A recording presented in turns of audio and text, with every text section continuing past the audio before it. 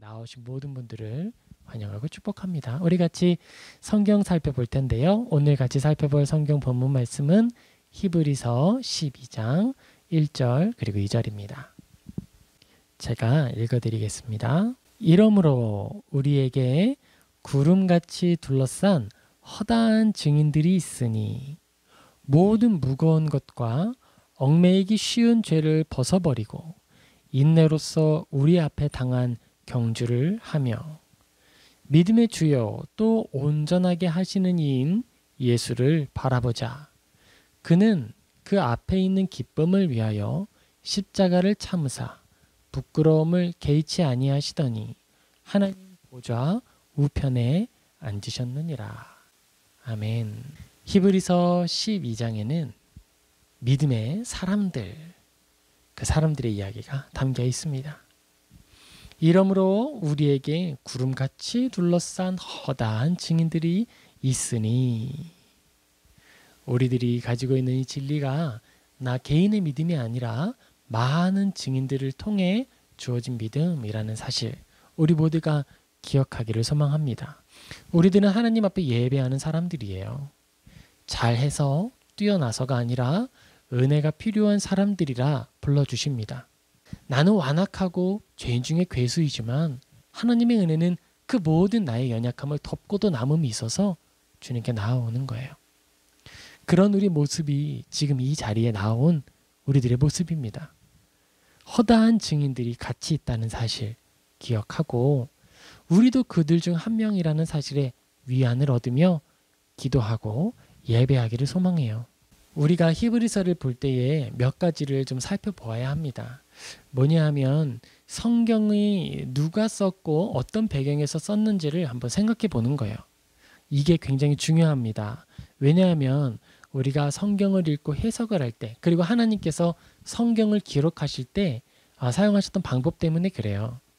하나님께서는 성경을 기록할 때 한 사람의 전 인격을 모두 사용하셔서 기록하셨어요. 그가 성경 공부를 했던 것, 그가 예수님과 동행하면서 들었던 것, 성령님께서 그에게 알려주시는 것, 그의 삶에 찾아온 고난들, 어려움들, 모든 것들, 강함, 연약함, 그 모든 것들을 통해서 성경을 쓰게 하셨어요. 바울에게도 바리새인의 지식을 먼저 주셨고요. 탁월한 스승 밑에서 공부를 하게 하셨죠. 그리고 그가 많은 선교 일을 할 수 있음에도 불구하고 못 가게 하시면서 성경을 쓰게 하고 서신을 통해서 전하게 하셨어요. 그렇기 때문에 우리가 서신서에 담겨있는 의미와 하나님의 뜻을 바르게 알기 위해서는 어떤 환경과 상황, 그리고 누가 썼는지를 생각해 보는 게 의미가 있고 가치가 있습니다. 우리 하나님께서는 시대, 정치, 환경, 인물, 성격, 개인의 상황, 그리고 그 모든 것들을 통해서 성경의 뉘앙스를 만들어 주시죠. 우리가 보고 있는 이 히브리서는 바울이 저작한 것으로 믿어요. 왜 그러냐 하면요, 히브리서 13장 23절에 이렇게 기록된 본문이 있어서 우리 유추하는 거예요. 우리 형제 디모데가 노인 것을 너희가 알라. 그가 속히 오면 내가 그와 함께 가서 너희를 보리라. 이 말을 통해 우리가 유추할 수 있는 것이 있는데, 히브리서는 최소한 바울과 동역했던 디모데가 살아있을 때 기록되었다라고 하는 걸 최소한으로 알 수 있죠. 그리고 또 하나를 알 수 있어요. 디모데와 함께 사역하는 그룹이 있는 곳에서 작성이 됐다는 거예요. 사도들이 활동했던 시기에 모든 사도들이 같이 사역을 하는 건 아니었어요. 바울은 바울과 함께 사역하는 사람들이 있었고요. 대표적인 사람 중 하나가 디모데였죠. 바울과 디모데의 그룹 가운데서 쓰여진 성경이다라는 걸 알 수 있습니다. 히브리서를 살펴보면 구약의 내용이 굉장히 통달해 있죠. 그리고 아주 이른 시기에 쓰여져 있음에도 불구하고 이 글의 내용에 대해서 다른 반박이 없습니다. 대단히 중요한 거예요. 왜냐하면 당시의 사도들은 거짓된 편지들, 잘못된 가르침들에 대해서 굉장히 맹렬하게 반대하는 일을 했어요. 왜냐하면 자기들의 죽음을 준비해야 했고 하나님께서 주신 복음을 순결하게 지키는 것이 사도들의 사명이었기 때문에 그렇습니다. 그런 사도들이 살아있을 때에 이 성경이 공인되었고 성경 중 하나로 담겨 있었다는 것은 의미가 있는 거예요. 그리고 사료적으로도 우리가 좀 알 수 있는데요. 히브리서는 파피루스 46번이라고 하는 것에 바울의 저작과 같이 묶여서 발굴이 됐어요. 이걸 통해서 우리는 히브리서는 바울이 쓴 거구나. 히브리서에 나타나는 인격들, 사람의 모습들, 마음들을 생각할 때 바울의 상황과 그의 마음을 통해서 바라보면 크게 나쁘지 않고 틀리지 않겠구나라는 걸 알게 되는 거예요. 우리는 이러한 배경을 통해서 성경을 읽을 때 성경 너무 어려워. 성경에 담겨있는 내용은 심오하긴 한 것 같은데 잘 모르겠어. 이렇게 보지 말고 조금 더 가깝게 그래 우리 바울 할아버지가 나에게 주시는 편지이구나. 이렇게 생각하면서 읽으면 우리의 영혼에 충분히 큰 유익과 양식이 되리라 믿습니다. 이 성경 히브리서는요. 교회의 환난에 대해서 이야기를 하고 있어요. 그냥 가르치는 내용이나 어려운 신학적인 내용을 적는 데에 열중하고 거기에 집중하고 있었던 것이 결코 아니에요. 하나님을 믿는 사람들이 어떻게 믿어야 하고 왜 죽음 앞에서도 담대하게 나아갈 수 있는지를 설명하는 거예요. 동족들이 나를 공격합니다. 같은 믿음을 가지고 있는 사람들이 막 공격해요. 아니 당신들은 할례를 안 받으려고 하고 바리새인의 규칙을 안 지키려고 하는데 어떻게 바른 믿음이라 할 수 있습니까? 그럴듯한 말들로 공격을 한단 말이에요. 그런데 그런 사람들을 향해서 믿음을 굳세게 해줘야 하는 거예요. 그래서 바울은 조금 어려울 수 있지만 믿음의 반석이 되는 중요한 원리들을 써주고 있는 겁니다. 특별히 예수님이 바로 하나님의 아들이시다. 그는 멜기세덱, 구약에 아브라함에게 11조를 받았던 그 주권자, 그의 계보를 따라서 오신 하나님이시다. 이런 걸 증명해 줬던 거예요. 이 어려운 내용을 믿었기 때문에 이 어려운 믿음, 하나님께서 우리에게 주신 치밀한 진리들을 마음에 담아두었기 때문에 죽음 앞에 나아갈 때, 죽음으로 갈 때에 기꺼운 마음으로 담대히 나아갈 수 있었던 거예요. 우리가 가지고 있는 믿음은요, 아름다운 거예요. 그리고 충분히 탁월한 지식의 열매이기도 합니다. 그걸 다 알아야 천국 갑니까? 그렇지 않아요. 하지만 너무나도 탁월하고 아름다운 것이기 때문에 누구나 그 안에 들어가기를 힘써야 한다는 것이죠. 바울이 이야기합니다. 전날에 너희가 빛을 받은 후에 고난의 큰 싸움을 견디어낸 것을 생각하라. 교회의 환난에 대해서 이야기를 하면서 힘을 내세요. 너희들이 그 환난을 기억하세요 라고 권하고 있어요. 심각한 환난에 대한 묘사, 이것을 통해서 바울은 고난 중에 믿음에 대해서 이야기를 합니다. 우리가 항상 이 부분을 기억해야 합니다. 교회의 믿음은요, 고난을 벗어나는 믿음이 아니에요. 고난으로 들어가는 믿음이에요. 고난이 나에게 찾아왔을 때 이상하다, 믿는데 왜 더 힘들어, 이렇게 하는 것이 아니라 내가 바르게 믿고 있구나 라고 안심하는 것이 바로 우리의 믿음입니다. 우리의 믿음은 그럼 왜 고난을 향해 갈 수밖에 없을까요? 그것은 먼저 세상을 거스르기 때문에 그래요. 세상을 거스른다고 할 때에 세상에 노력하는 자는 그만큼의 소득을 얻는다, 이런 세상의 기본적인 원리들을 반대하거나 거절하는 건 결코 아니에요. 교회가 말하는 세상을 거스른다는 것은 욕심에 대해서 그래요. 허영에 대해서 그렇습니다. 죄와 거짓에 대해서 그런 거예요. 죄를 죄로 여기지 않는 사람들에게 죄를 회개하는 우리의 모습은 꺼리끼는 거예요. 죄를 죄로 여기지 않고 마음껏 사는 사람들에게 우리들은 너희들은 왜 다른 사람들을 정죄해? 라는 말을, 오해를 불러일으키게 될 수 있어요. 또 정직하게 살고 다른 사람들에게 피해를 주지 않으려고 하는 우리들의 모습은 다른 사람들이 이용하기에 좋은 연약한 자들의 모습 중에 하나가 되기도 하고, 필요하지 않은 불필요한 손해를 감수해야 되는 이유가 되기도 해요. 그런 방식으로 우리는 믿음을 가지고 세상을 거스르며 가는 거예요. 바울 시대 히브리서가 기록될 때에는 어땠을까요? 믿음을 가진다는 것은요, 우리가 잘 알다시피 공동체로부터 버림받는다는 거였어요. 우리가 알고 있는 믿음의 어른들, 또 저하고 비슷한 시대를 살았던 분들은 잘 아실 거예요. 직장 생활을 할 때에 술을 한두 잔 하지 않는 것, 그것은 불가능한 일이다. 사회의 불구자가 되는 것이다 라고 말하기도 했습니다. 지금은 문화가 많이 달라졌지만 그땐 그랬다는 거예요. 바울의 시대에는 훨씬 심하죠. 믿기만 하면 그 공동체로부터 떨어져 나가서 일할 자리도, 머물 곳도, 안주할 곳도 없어지는 거예요. 그리고 그 환난에 대해서 히브리서는 이렇게 묘사합니다.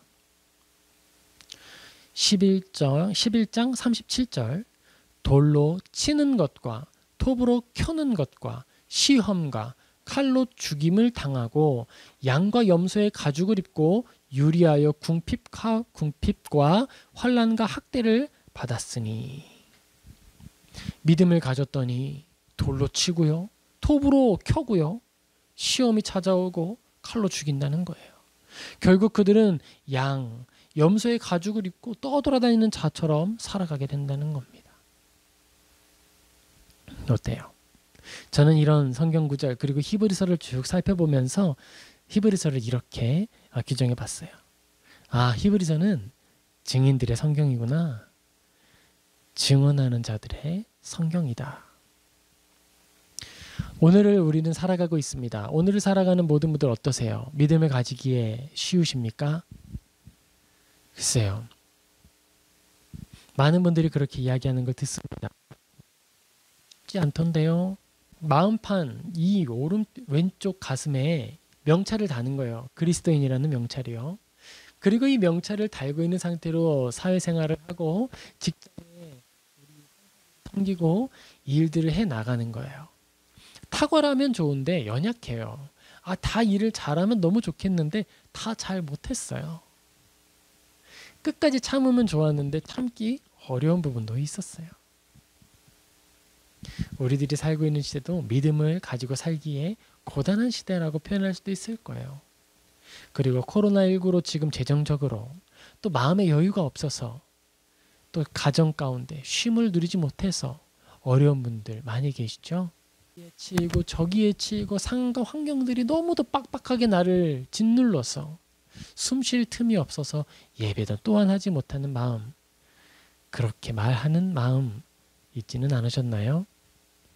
혹 그런 마음이 있으셨다면 이 예배, 기도를 통해서 이 예배는 나를 소모하는 시간이 아니라 충전하는 시간이다라는 것을 확인하는 저와 여러분 되기를 축복합니다. 예배는 소모하는 것이 아니라 채우는 것입니다. 예배는 나를 비워내는 것이 아니고, 예배는 내가 헌신하는 것이 아니고 나에게 찾아온 하나님의 은혜를 받는 거예요. 예배를 드리기 어렵다, 믿음을 가지기 고단하다, 이렇게 이야기를 하는데요. 히브리서, 이 바울의 시대 때는 어땠을까요? 그때는요, 지금보다 더 쉽지 않았다는 사실 우리가 쉽게 알 수 있죠. 성경이 기록될 당시, 히브리서가 기록될 때에는요, 의식주에서 어느 것 하나도 쉽게 해결되는 것이 없었어요. 로마의 군인들은 큰 제국에서 일하고 있는 대표적인 공무원이고 많은 권한을 가지고 있는 사람들이에요. 근데 그 로마의 군인들도 의복 하나를 굉장히 소중하게 여겼다는 거 잘 아시죠? 예수님께서 십자가에 달려 죽으셨을 때 로마의 군인들은 예수님의 옷, 그 통으로 짠 속옷을 두고 제비를 뽑았습니다. 요한복음 19장 24절이죠. 군인들이 서로 말하되 이것을 찢지 말고 누가 얻나 제비 뽑자 하니 이는 성경에 그들이 내 옷을 나누고 내 옷을 제비 뽑나이다 한 것을 응하게 하려 함이니라. 군인들은 이런 일을 하고, 그렇게 돼 있어요. 그 시대에 사는 것 자체만으로 옷이 해결이 안 돼요. 의식주 중에 의가 해결이 안 돼요. 그리고 음식입니다. 믿음을 가지고 있는 사람들, 교회 안에 머물러 있는 사람들, 초대교회의 사람들, 음식은 어땠을까요? 사도행전 6장 1절에 이렇게 기록되죠. 그때의 제자가 더 많아졌는데 헬라파 유대인들이 자기의 과부들이 매일의 구제에 빠짐으로 히브리파 사람을 원망하니. 교회 안에서 음식이 충만하면 얼마나 좋겠어요. 그런데 그들은 모여서 함께 의식주를 해결할 때에 음식이 부족했어요. 그래서 그 음식을 나누는 집사님을 따로 세워서 섬기게 했는데 그럼에도 불구하고 불만이 늘 있었어요. 충분하지 않았다는 거죠. 그러면 그들은 모이는 건 어땠을까요? 건물에 대한 것, 주에 대한 것, 생존권에 관한 것. 그들은요, 변변찮은 모일 수 있는 공간도 없었습니다. 사도행전 5장 12절이에요. 사도들의 손을 통하여 민간의 표적과 기사가 많이 일어나매 믿는 사람이 다 마음을 같이하여 솔로몬 행각에 모이고, 초대교회 사람들은 3, 4, 5 각 가정에서 모여서 예배를 드렸어요. 그런데 우리 가정만 모여서 예배를 드리는 것이 아니라 옆에 가까운 사람, 내 집은 저 먼 곳인데 잠시 모여서 이 명절에 예루살렘에 왔다가 그곳에 정착해서 예배드리기 시작하는 사람들을 초대하는 거예요. 우리 가정이 앉으면 좋죠. 그런데 다른 사람들을 계속 초대하는데 하루 이틀 초대하는 게 아니라 계속 초대하는 거예요. 그렇게 모여서 3, 4, 5 모여서 예배를 드리고 말씀을 들었고요. 그리고 한 번씩 모여서 크게 모였는데 그때는 솔로몬의 행각에 모여서 벽이 뚫렸어요. 그냥 비만 막는 거예요. 천장에 있는 그곳에 다 같이 모여서 사도들이 전해주는 예수님에 대해서 듣는 거예요. 어떠세요? 우리 시대가 믿음을 가지기에 편할까요? 그때 바울의 시대가 편할까요? 말할 필요도 없죠. 지금 우리들은요, 과잉의 질병에 노출된 시대라고 말할 정도로 충분한 모든 것들을 누리고 있습니다. 근데 없는 게 하나 있어요. 뭘까요? 마음의 여유. 마음의 여유. 믿음을 가진 자, 그 믿음을 사용하는 방법에 대해서는 바울의 시대보다 많이 권고한 것 같아요. 성경에 이렇게 기록이 됩니다.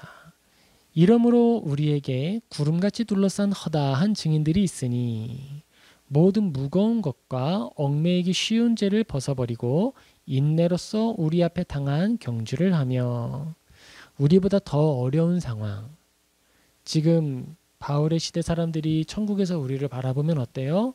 와, 믿음 가지기에 너무 좋은 시대구나 말할 거예요. 그렇죠? 여러분들이 가지고 있는 것들에 매이지 말고 오직 믿음의 경주를 하라라고 우리를 권면하고 있습니다. 무거운 것 그리고 얽매이기 쉬운 죄, 이렇게 설명을 하고 있어요. 무거운 것은 뭘까요? 무거운 것은요, 거치는 것을 말해요. 걸리적거리고 우리의 발에 걸려서 걸음을 받는 것, 걸음 걷는 걸 방해하는 것들을 말하는 거죠. 이 세상 염려와 욕심 같은 것들을 의미합니다. 믿음을 가지고 전진하지 못하도록 만드는 그런 요소들이에요. 이 세상에 대한 염려들, 욕심들. 이 시대에는 여기에 조금 더 많은 것들이 있는 것 같아요.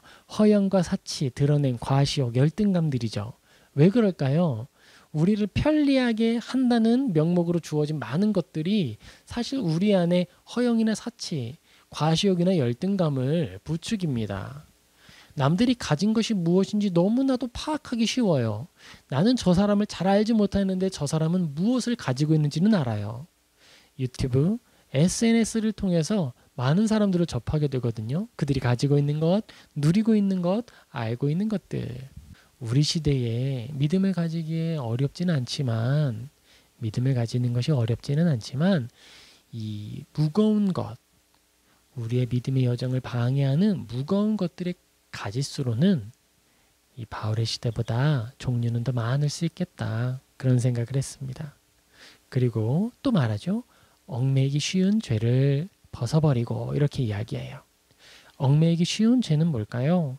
그것은 단단히 붙어 얽매이는 죄를 말합니다. 고질적인 죄악들이에요. 우리에게는 무엇이 있을까요? 죄를 죄로 여기지 않는 시대의 풍습들이요. 수많은 지식의 내용들과 여러 가지 관습들로 포장하는 거예요. 예를 들자면 혼전순교를 말할 수 있지 않을까요? 하나님께서 우리에게 주신 성별을 존중하는 그 기본적인 존중감, 그런 것들을 말할 수 있겠죠. 성경이 말하고 있는 하나님이 주시는 성별은요, 오직 결혼만이 정당한 법을 통해 성을 사용하여서 생명을 얻을 수 있는 걸 설명하고 있어요. 결혼이 아니고서는 생명을 얻을 수 있는 합법적인 수단이 없습니다. 결혼은 거룩한 것이고 하나님이 한 몸 되게 하신 것인데 누구도 나눌 수 없다고 했어요. 그런데 이 시대는요, 그걸 부정해요. 얽매이기 쉬운 죄들. 우리는 이 말씀을 생각하면서 이 시대를 바라보면서 기억해야겠어요. 그 모든 것들이 우리에게 없는 것이 아니라 있는데 어떻게 해야 할까? 인내로써 우리 앞에 당한 경주를 하며. 바울 시대에 있는 사람들이 어떻게 했죠? 바울이 설명해주는 믿음의 내용들을 믿음으로 받고 많이 지식이 부족했어요. 평생에 공부해 본 적이 없거든요. 그런 사람들은 분명히 많이 어려웠을 거예요. 그런데 그 믿음의 내용 하나를 손에 붙들고 어디로 갔어요? 돌로 치는 자리로 갔고요. 톱으로 켜는 자리로 갔고요. 시험과 칼로 죽는 자리로 갔어요. 우리들은 어떻게 적용할 수 있을까요? 성경에 기록된 믿음의 내용이 있죠.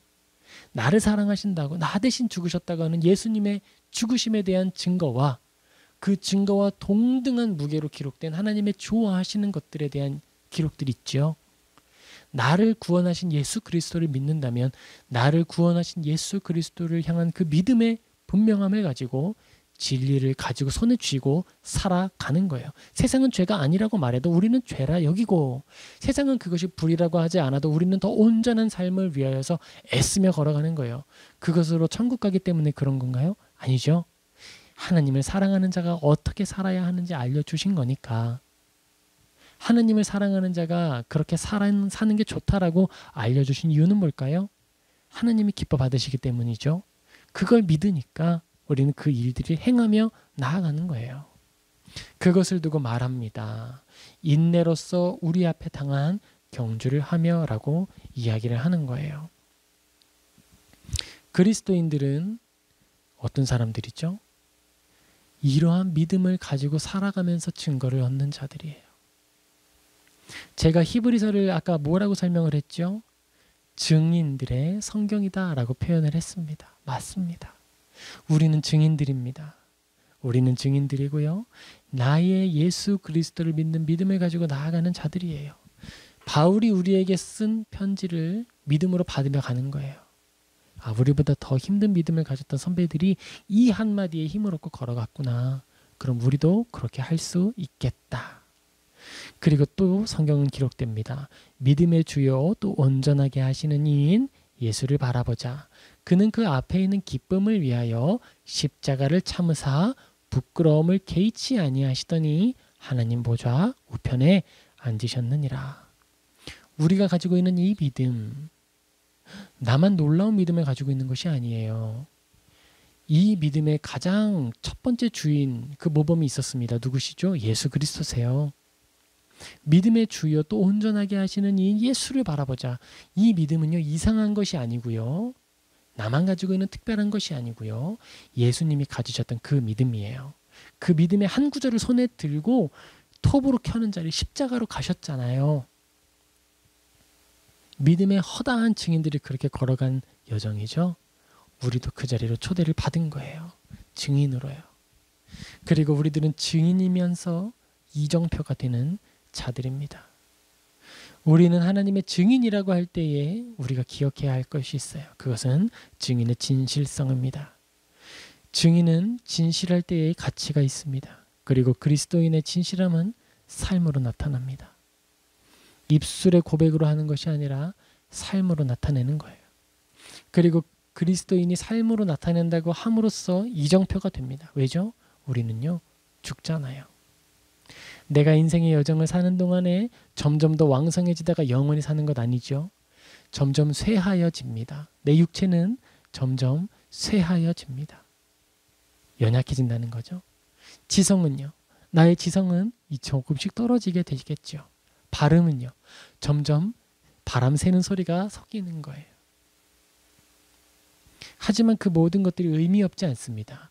내가 가고 걸어가다가 쓰러져 죽는 그 자리에서 나의 이정표가 세워지는 거예요. 믿음의 허다한 증인들께서 그런 여정들을 걸어가셨고 우리는 그 믿음의 여정을 걸어간 믿음의 선배들의 뒤를 바라보며 천국 가는 길을 안내받습니다.